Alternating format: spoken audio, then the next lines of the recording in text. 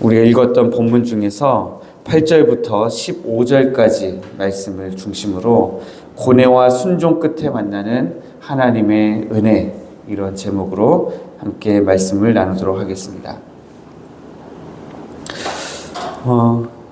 누구나 다 결단의 때가 있습니다. 결단을 한 번쯤 해야 될 때가 있습니다. 두려움과 고뇌 가운데서 결단해야 될 때가 있는데, 오늘 야곱이 바로 그랬습니다. 자기가 여태까지도 많은 결단들을 했죠. 아마 형 에서가 사냥을 하러 나갔을 때 그 틈에 형이 옷을 입고 양의 털을 취해가지고 자기 몸에다 막 덕지덕지 붙이고 아버지 이삭 앞에 나아갈 때, 굉장한 결단의 때였을 겁니다.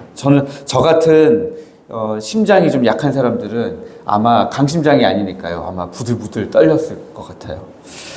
또 그 형 에서가 자기를 죽이겠다고 했을 때 형 에서를 피해가지고 이제 바단 아람으로 하란으로 도망을 갈 때, 그때 그 결단이 쉽지 않았을 겁니다. 아버지를 떠나고 어머니를 떠나고 혼자서 그 광야길을 가야 된다. 아마 쉽지 않았을 겁니다. 또 외삼촌 라반을 피하여서 도망하여야 될 때 자기 아내들을 들로 불러다가 밤새 나에게 하나님이 이런 꿈을 얘기하셨고, 당신의 아버지 라반은 나에게 이렇게 행했는데 나는 이제 떠나야 될 것 같다. 너희들은 어떻게 할 거냐 하고 아내들을 설득할 때 굉장한 결단이었을 겁니다. 그리고 그 라반을 떠나서 도망치는 것도 결단이었지만, 형 에서를 만나기 전에 그 야복강가를 건너는 것도 그에게 쉬운 결단이 아니었을 겁니다. 그런데 오늘 야곱은 또 한 번 결단의 순간을 맞이합니다. 그런데 이 결단의 순간은 지금까지 했던 결단들과는 다르게 미루다가 언제 결정합니까? 1절, 2절 말씀에 보니까 그 땅의 기근이 더 심해지고 그들이 애굽에서 가져온 곡식을 다 먹었을 때, 이제는 안 가면 굶어 죽어야 돼요. 이제는 안 가면 안 되는 때입니다. 마지막 순간까지 이르러서야 못 먹어서 생명을 위협당하는 바로 그 순간이 되어서야 아버지가 그들에게 다시 이야기합니다. 가서 우리를 위하여 양식을 조금 사오라. 그런데 막내 아들 베냐민 안 데려가면 안 되거든요. 막내 아들 베냐민을 안 데려가면 스파이로 취급받거든요. 스파이로 취급받고 다 못 돌아오게 됩니다. 그러니까 이제 그 유다를 비롯해서 형제들이 아버지에게 계속 이야기하죠. 베냐민이 가야 됩니다. 베냐민이 안 가면 아무것도 안 됩니다.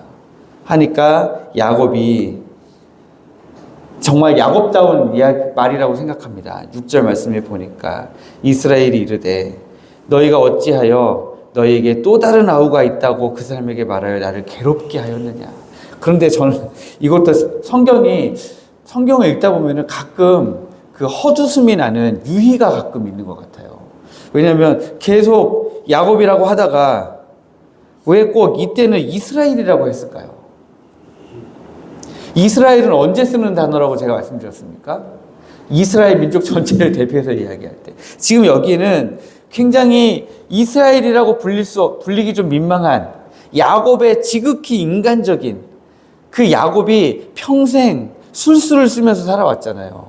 형 에서를 속이고 라반을 찾아가서 라반에게 마지막 품삯을 받을 때, 물론 하나님이 꿈에서 보여주신 것이지만 그가 막 나뭇가지 막 갖다 놓고 해가지고 아롱진 거, 점 있는 거, 검은 거, 이 순서는 잊어먹지도 않네요. 그거를 막 이렇게 이제 그 외삼촌 라반으로부터 이제 가져올 때에 그가 온갖 술수와 그런 것으로 점철되어서 살아온 인생 아니겠습니까? 그리고 지금 여기에서 이 하는 말이 그 연장선상에 있는 말이잖아요. 야, 그 사람이 그렇게 물어볼 때 아우가 있다는 말은 하지 말지. 왜 그 말을 해가지고 나 같으면 거기서 아우 있다는 말은 안 했을 텐데, 그거 빠져나갈 구멍이 있었을 텐데, 그 사람 속일 수 있었잖아. 지금 그 얘기 하는 거예요.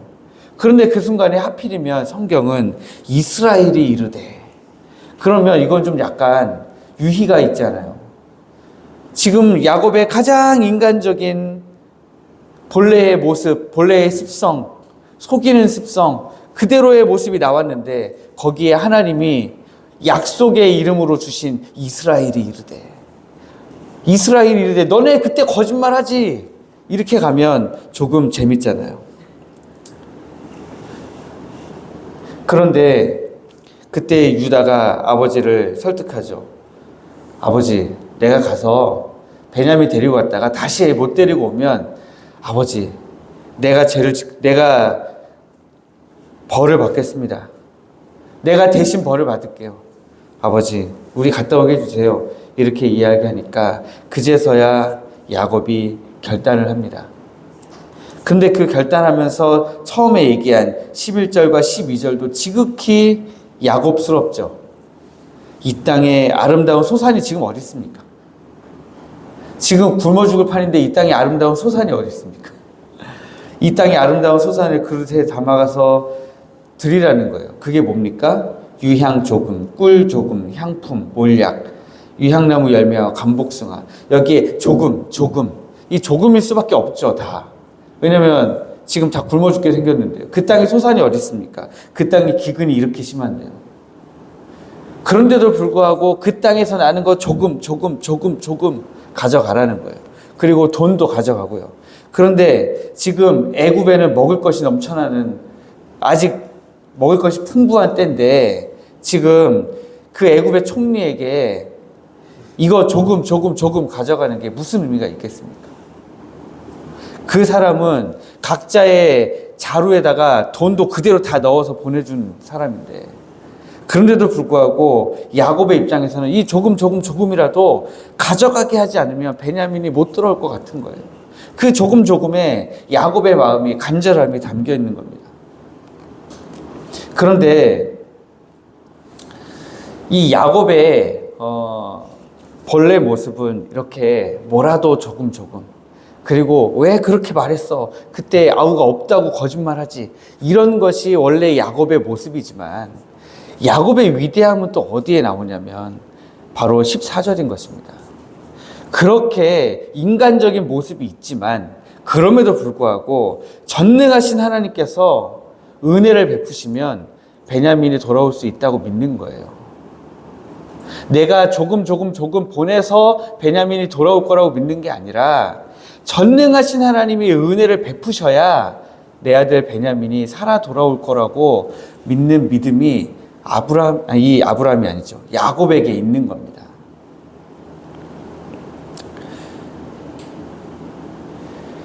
그 전능하신 하나님에 대한 믿음 가운데에 그의 고백이 뭡니까? 내가 자식을 잃게 되면 이르리로다. 어디서 많이 본 고백 아닙니까? 어디서 많이 본 고백. 네. 에스더가 그랬죠. 내가 죽으면 죽으리이다. 또 이 고백을 보면 또 생각나는 사람 또 있지 않습니까? 다니엘의 세 친구. 그리 아니하실지라도 내가 왕의 우상 앞에 신상 앞에 절하지 않으리이다. 그리 아니하실지라도 내가 먹지 않으리이다. 네, 전능하신 하나님께 모든 것이 달려있다는 것을 아는 것입니다. 이 고백을 하고 이제 자기의 자식들을 다 떠나보내는 이스라엘, 야곱의 그 마음에 이제는 두려움이 하나님의 은혜를 향한 소망으로 바뀌게 되는 것입니다. 여전히 두렵죠. 여전히 두렵지만 전능하신 하나님이 은혜를 베푸시면 돌아올 수 있어. 그래, 돌아올 수 있어. 이 믿음으로 말미암아서 그 소망이 생기고 거기에서 이제 다시금 담대하게 보낼 수 있게 되는 것입니다. 그런데 우리가 그 뒤에 오늘 다 읽지는 않았지만 어떻게 됩니까? 나중에 갔더니 예상치 못하게 요셉이, 지금 여기 43장 1절부터 쭉 해가지고 계속 요셉이라고 못하고 누구라고 하냐면 그 사람이라고 얘기해요. 그 사람, 그에게.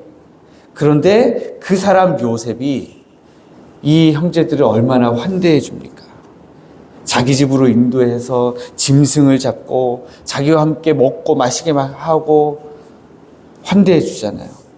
그리고 나서 그 형제들의 두려움이 뭐로 바뀝니까? 은혜로 바뀌죠.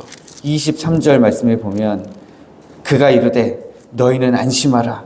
두려워하지 말라. 너희 하나님 너희 아버지 하나님이 재물을 너희 자루에 넣어 너희에게 주신 것이니라. 너희 돈은 내가 이미 받았느니라 하고 시므온을 그들에게 끌어냅니다. 은혜죠, 은혜. 지금 14절에서 야곱이 얘기했던 전능하신 하나님으로부터 온 은혜, 그 은혜가 임하는 것입니다. 오늘 제가 여러분들과 함께 나누고 싶은 말씀의 결론은 이겁니다. 야곱이 어렵게 순종했습니다. 마지막에 결단에 정말 더 이상 미룰 수 없는 그 때가 되어서야 결단하고 전능하신 하나님을 의지하여서 자기 자식들을 보내었을 때 그 정말 어거지로 한 순종이지만 어거지 믿음이지만 그러나 하나님은 그것도 기쁘게 받으셨습니다. 그것도 기쁘게 받으시고 은혜의 문을 여셨습니다. 오늘 여러분들 안에 믿음으로 살기를 결단하고 오직 전능하신 하나님만을 의지하고 살아가기로 결단하고 그래서 하나님의 말씀에 억지로라도 순종하시면 기쁘게 순종하시면 더 좋지만 억지로라도 순종하심으로 하나님의 은혜를 입어서 정말 내가 생각할 수 없는 내가 상상하지도 못했던 하나님의 놀라운 은혜를 누리시는 오늘 하루 되기를 주님의 이름으로 축복합니다.